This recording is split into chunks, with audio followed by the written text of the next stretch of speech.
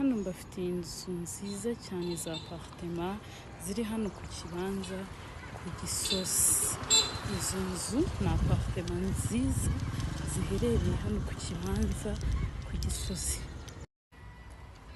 Reba ni apartment ziri ahantu heza cyane, ziri ku isoko zigurishwa, ku buryo hano ikibanza cyujuje mezire byibura kigeze kuri $200,000.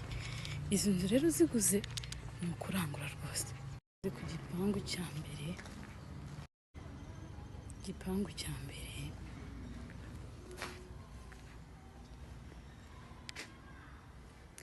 iyi nzu uba ushobora kuba hasi cyangwa se ukaba hejuru, mukinjirira ahantu hatandukanye, cyangwa se mo kimwe uba ushobora kuba mwaba hasi cyangwa hejuru.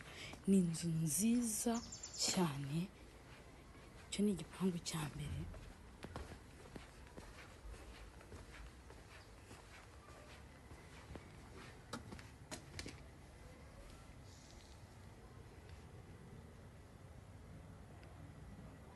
Parking.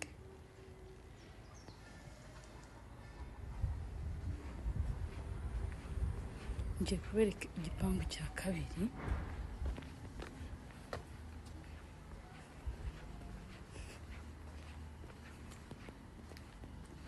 Abaturanyi ni gace karimo amaparitema gusa ya kabiri.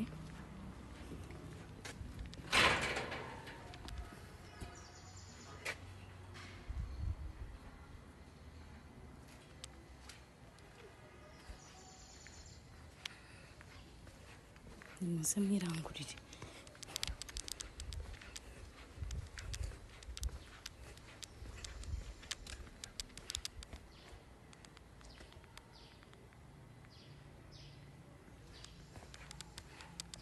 Igipangu cya gatatu uko kingana, nk'uko nabibabwiye, ni agace karimo amaparitema.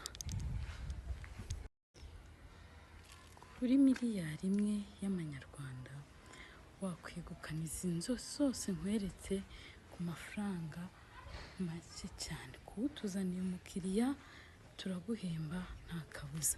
Ni karibu.